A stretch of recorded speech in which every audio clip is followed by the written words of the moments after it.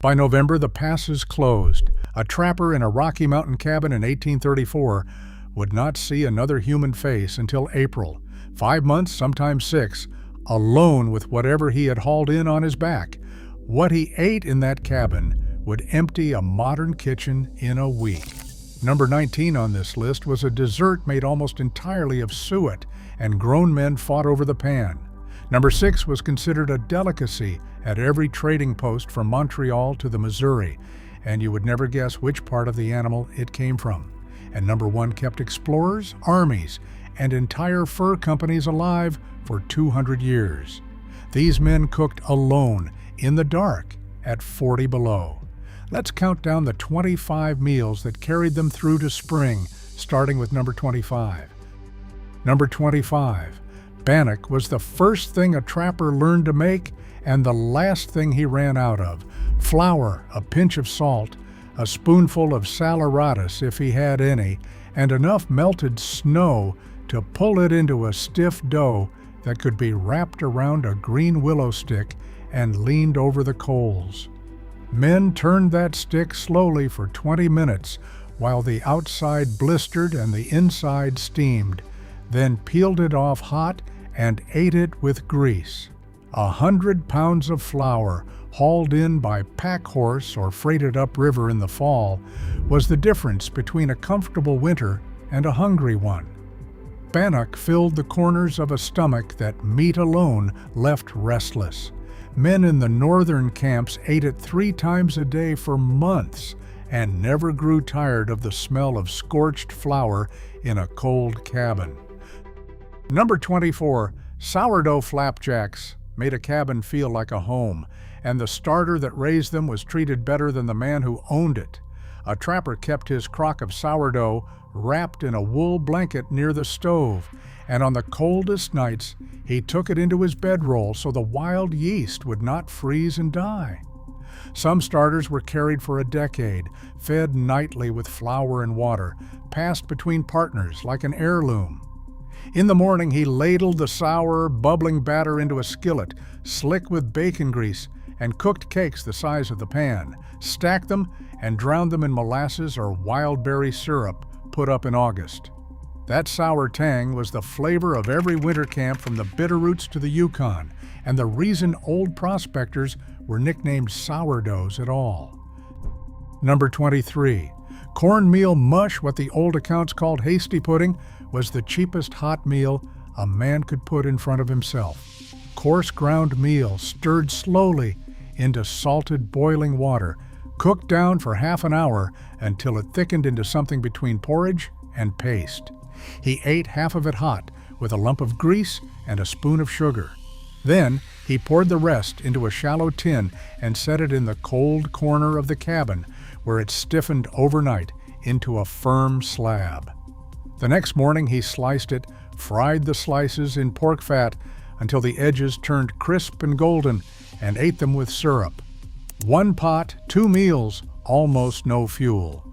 In lean Februaries, when the traps came up empty for a week, mush was often the only thing standing between a trapper and a very long walk out. Number 22. Beans buried in the coals were a Saturday ritual in 100 lonely cabins.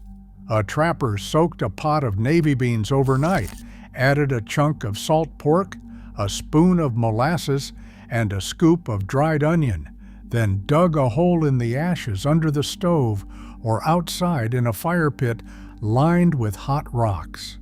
He set the covered pot down, shoveled coals over the lid, and walked his trap line. 12 hours later, the beans came up dark, sweet, and thick enough to stand a spoon in. The pork had melted into strings.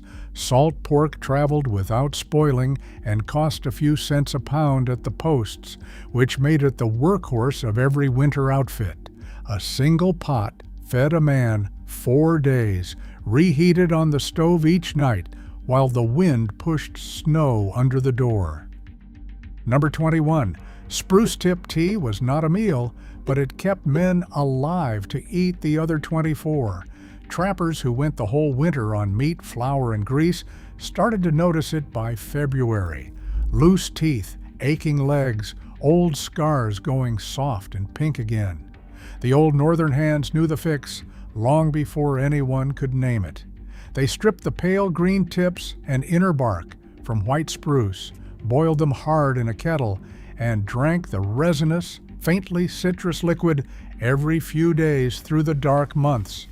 Jacques Cartier's men had been shown the same cure on the St. Lawrence in 1536, and the knowledge passed down through the fur trade for 300 years. It tasted like turpentine and pine sap. Men drank it anyway, because the ones who did not sometimes never came out of the cabin at all. Number 20, dried apple duff was the closest thing to a holiday in a trapper's year. Dried apple slices, bought in a sack at the trading post and light enough to freight anywhere, swelled back to life in a pot of warm water over an hour.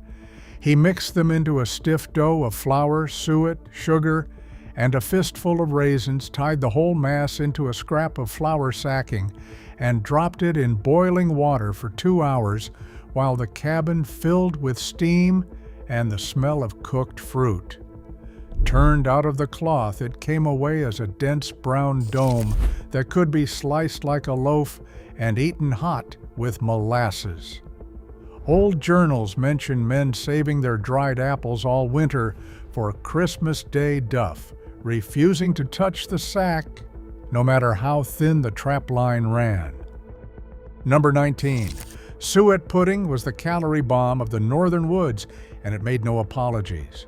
Hard fat trimmed from around a caribou or moose kidney was chopped fine, worked into flour with sugar, and whatever dried fruit was left in the outfit and boiled in a cloth for hours until it turned rich, heavy, and almost black. A single slice carried more energy than most modern men eat at lunch, and a trapper running a 40-mile line on snowshoes burned it before noon. In the cold, fat was not a luxury, it was fuel, and men craved it the way we crave sugar. Accounts from the Mackenzie district describe partners dividing a pudding down to the crumb and arguing over which half looked bigger. It was sweet, dense, and hot, and out there that combination was worth more than money.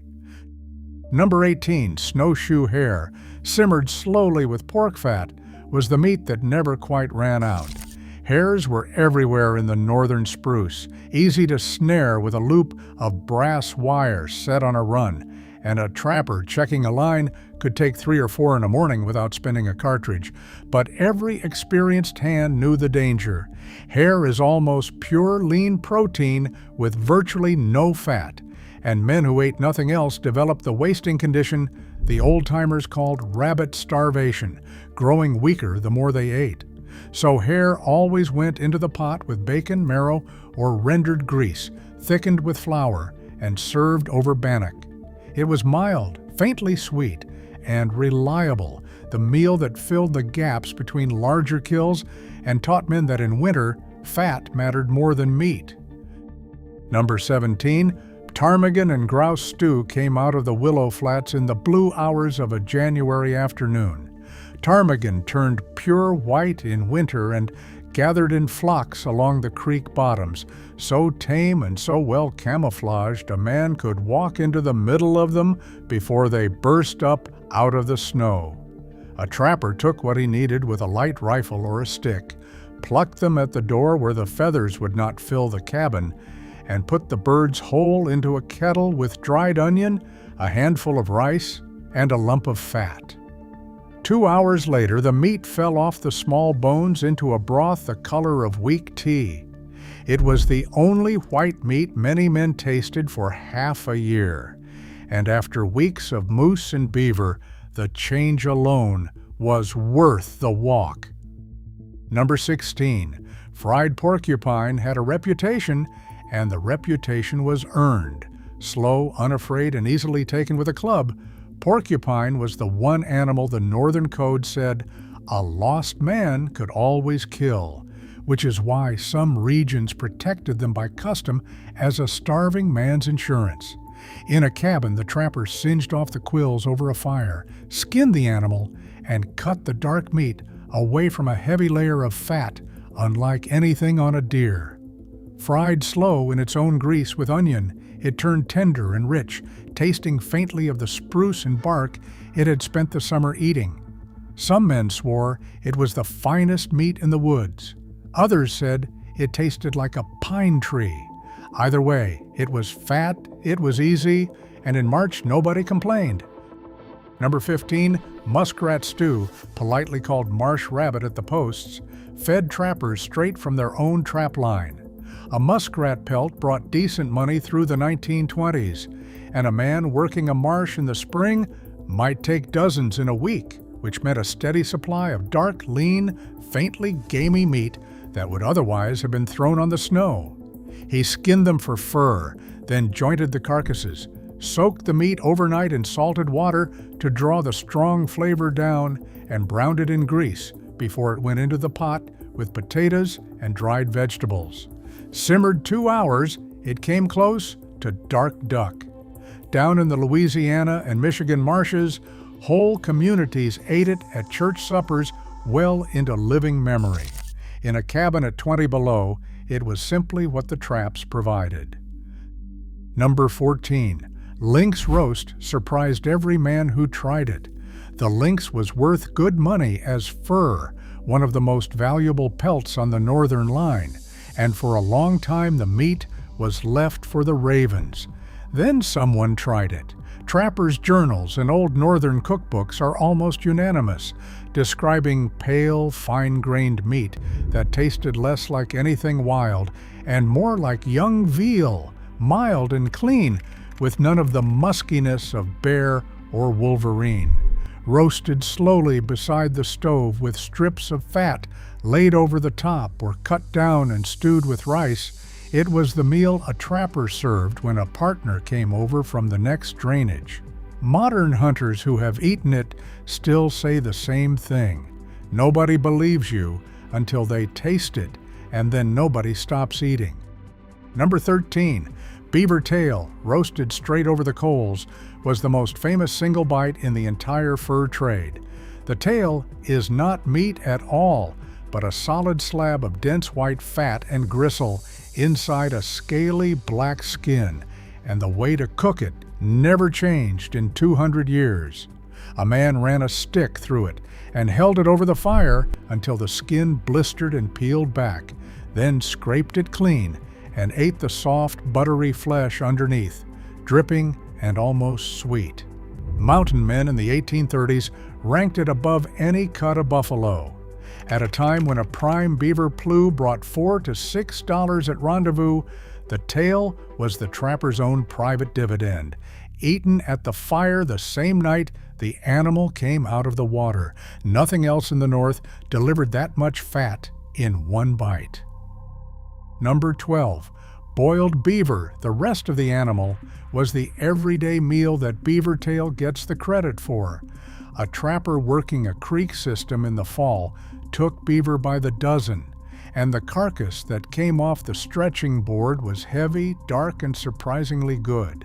He jointed it, parboiled it once to soften the flavor, then put it in the kettle with onion, salt, and a little flour to thicken, or hung the hindquarters near the stove to roast while he stretched hides.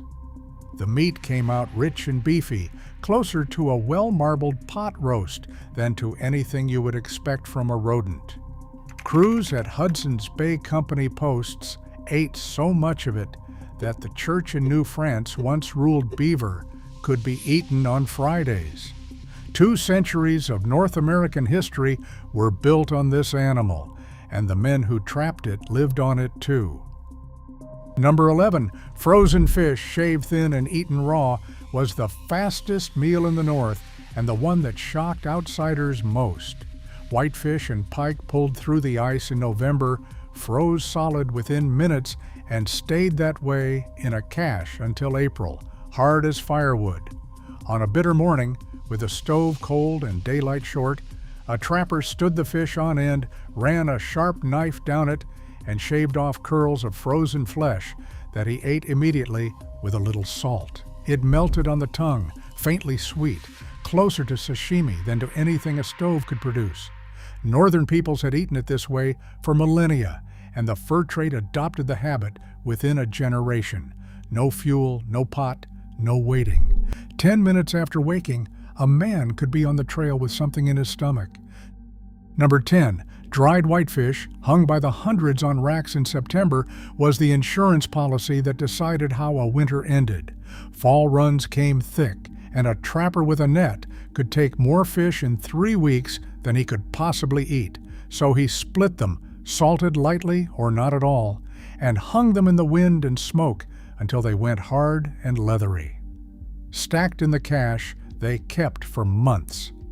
Through the winter, he soaked them back to life in a kettle, boiled them into a thick chowder with flour and grease, or simply chewed a dried strip while walking the line. It was salty, smoky, and monotonous. But posts and trappers alike were rationed on this fish for generations, and more than one winter cabin survived on nothing else through a February when the game moved out. Number 9. Bone marrow, roasted and spread like butter, was the reward at the end of a butchering day. When a moose or caribou came down, a trapper cracked the long leg bones, propped them upright in the coals, and let the marrow bubble and go golden inside. Scooped out hot, it was soft, nutty, and almost sweet, and mountain men had a name for it: trapper's butter. Spread thick on a piece of fresh bannock, it was the single richest thing a man would eat all winter. And after weeks of lean meat, the body craved it with an urgency modern eaters never feel. Some men rendered the marrow down with fat and stored it in a cleaned gut casing, a portable jar of pure energy. When there was no flour left in the sack, that marrow was often what kept a man walking his line. Number 8. Blood soup wasted nothing, which was the whole philosophy of the winter cabin. When a large animal was taken near camp, the blood was caught in a kettle before it could freeze, then stirred slowly into a pot of simmering broth with flour or oatmeal, dried onion, and salt until it thickened dark and glossy.